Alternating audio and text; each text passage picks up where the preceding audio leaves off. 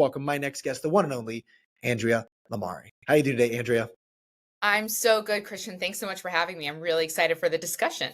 Well, I'm excited having you on because obviously one of the things that I found so interesting, we're kind of leaving out of 2023. We saw a massive decrease in valuations in this late stage companies.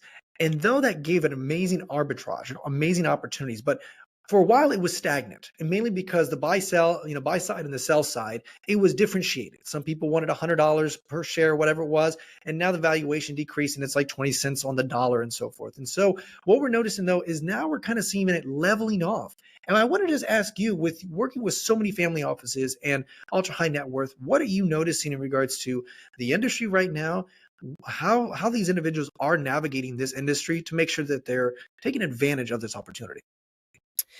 So it's a really, interesting time, right? Because as you said, valuations leveling off. And overall, I think everyone's just, kind of considering, right? Are we at the bottom of a trough? Are we on the way up?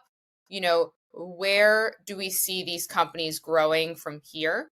And overall, I think the general question is, are the companies that are so large, are they really too big to fail?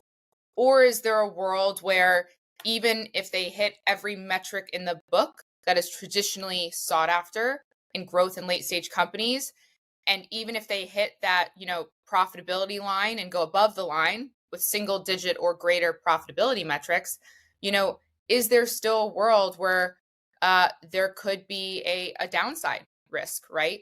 And when investors and families are assessing these opportunities, I would say generally the big question is this an asset that still seeks the level of return potential that gives the end investor, being either a family office or otherwise, the level of comfort they have on the level and side of duration of holding the asset that makes the most sense relative to the general composition of your investment portfolio. And when it comes to these companies, right, many of them do have traditional characteristics that make them fundamentally good companies. But I would say one of the biggest concepts that I'm discussing with many of the family offices, of which at my firm, we have over 600 family offices that have deployed capital with us across our 4 venture funds and over 100 managed co-investment vehicles, which is quite substantial. We ask them, when you're assessing one of these growth and late stage assets, is the company providing a product, a service, or a platform that is considered a need to have versus a nice to have, right? Because the products and services that are need to have, that are fundamentally companies that provide infrastructure, that provide mission critical components of either B2B businesses or B2C businesses and consumers, or is it simply just a nice tack on to a traditional budget, right? When it comes to the enterprise spend or consumer discretionary spend, right? So that need to have versus nice to have, if there's just one concept I would take away here, it is that one.